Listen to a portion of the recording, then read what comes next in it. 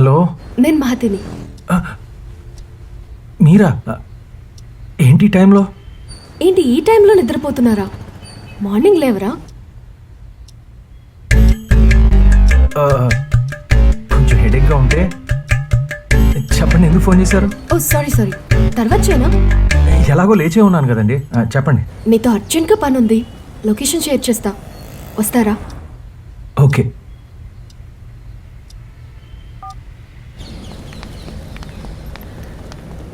ఏంటండి అర్జెంటుగా రమ్మన్నారు? చూడండి ఎంత చెత్త పేరుకుపోయిందో.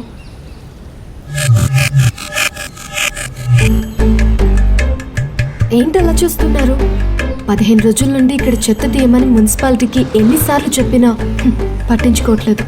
వర్షాకాలం వస్తుంది, కాలనీల పిల్లలకి దోమలు కుడితే వైరల్ ఫీవర్స్ వస్తాయి. అందుకే మిమ్మల్ని పిలిచాను.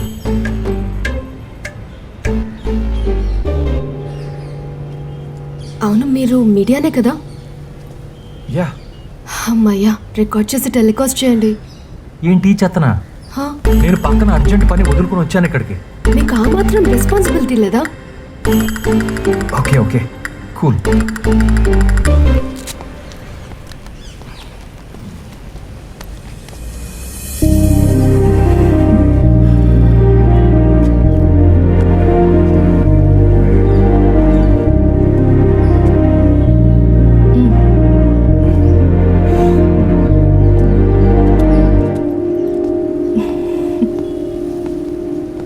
ఎప్పుడు టెలికాస్ట్ అవుతుంది?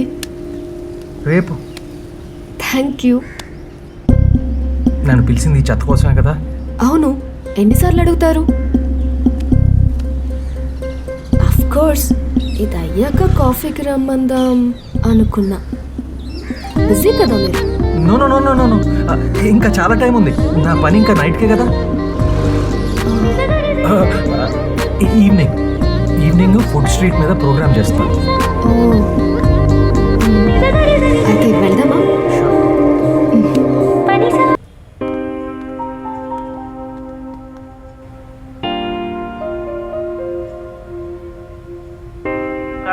Control room, revenue colony park దగ్గర ఓ ఇంట్లో ఫైర్ బ్రేక్అవుట్ అయినట్టు ఇన్ఫర్మేషన్ వచ్చింది.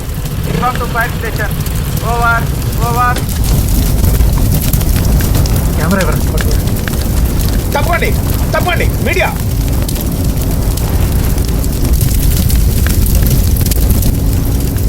ఇదేంటే మంటలాడిపోయే వాళ్ళకంటే టీవీ వాళ్ళే ముందు వచ్చారు. పాపా మా పాప రక్షించండి. అయ్యయ్యో, పాప లోపల ఉందంట. పాప రక్షించండి. పాపా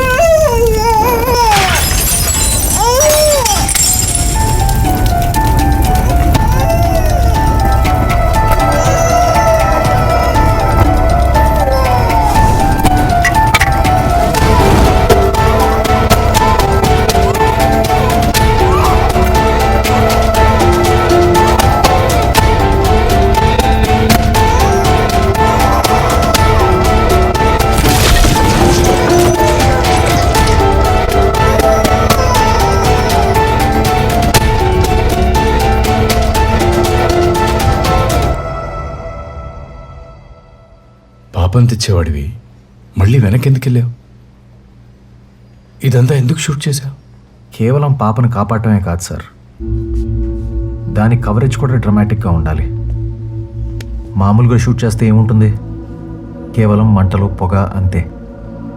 కానీ ఆ మంటల్లో కాలిపోతున్న ఆ పాప జ్ఞాపకాలు, తండ్రి లేని పాప వాళ్ళ నాన్నతో దిగిన ఫోటోలు, బయట నిస్సహాయురాలైన వాళ్ళ అమ్మ బిడ్డను కాపాడమని ఏడవటం, ఇదంతా చూస్తే కానీ జనాలు కనెక్ట్ అవ్వరు. మీరే కదా అన్నారు న్యూస్ సెన్సేషనల్గా ఉండాలని. పాపకేమైనా అయ్యుంటే? నేనున్నాను కదా సార్. ఇంత రిస్క్ చేసింది మోర్ టీఆర్పీస్, మోర్ మనీ కోసం. మరి అంత డేంజరస్గా ఉన్నావేట్రా? అప్పుడప్పుడు తప్పదు సార్.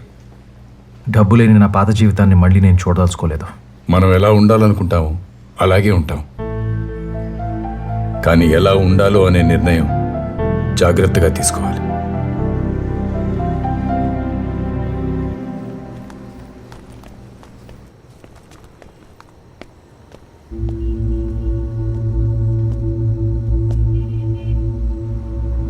తమని ఏది సాటిస్ఫై చేస్తుందో అదే వినాలనుకుంటారు అందరూ. మనం అదే చెప్పాలి. రే, ఎందుకు అవన్నీ కట్ చేసావు? రేపు ఆ పాప వాళ్ళ నాన్న ఎలా ఉన్నాడో తెలుసుకోవాలంటే ఎలారా? ఇప్పుడు కనీసం టీవీలోనైనా చూసుకుంటుంది, అందుకే షూట్ చేశాను. ఓ సరే, పద వెళ్దాం. ఎవరు? Hello. Hello, good morning. Very good morning. లేచావా? నేను లేపానా? ప్రతిసారి నువ్వే లేపుతావుగా. ఓ, 5కి రన్కి వెళ్దామా? ఇప్పుడు 5కి రన్నింగ్ అవసరమా? 5కి రన్నింగ్ కాదు, 5కి రన్ ఈవెంట్కి. ఓహో అదా, సరే వస్తాను. నీకోసం రాకేం చేస్తాను. Bye.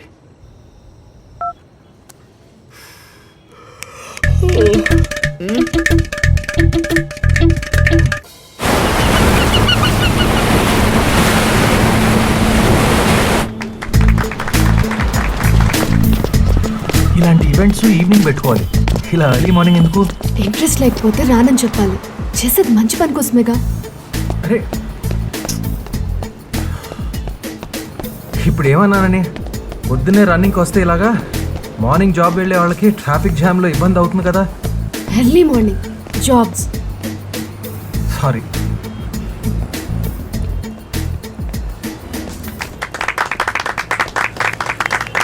Thank you sir.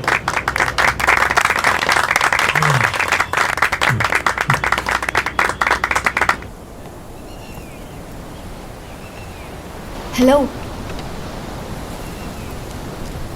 5 minutes please. పరిగెత్తి తలిసిపోయాను, పడుకుంటా.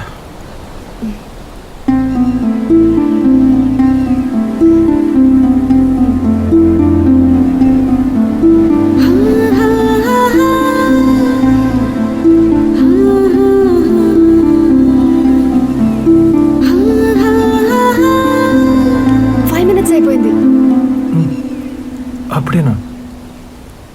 బ్రేక్ఫాస్ట్ చల్లారిపోతుంది.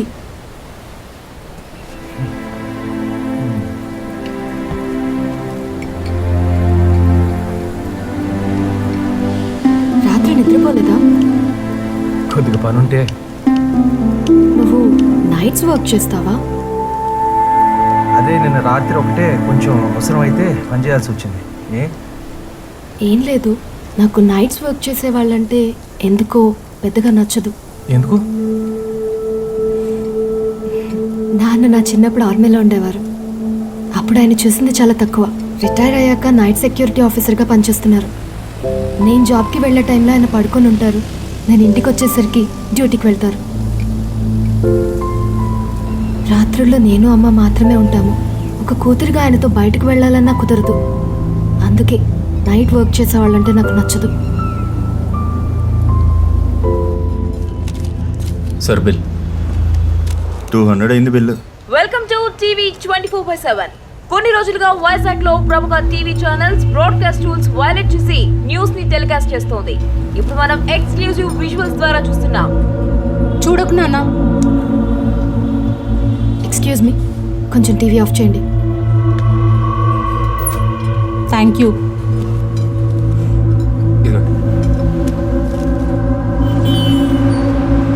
ఏమైంది? ఆ న్యూస్ చూసావా? ఎంత డిస్గస్టింగ్గా ఉందో. మరీ అంత దగ్గరగా ఎలా షూట్ చేస్తారు? అది వాళ్ళ జాబు. నువ్వు మాత్రం అలాంటివి చేయవు కదా. చచా, no way. Thank God. Okay, స్కూల్కి టైం అవుతుంది, వెళ్దాం పదా. ఆ,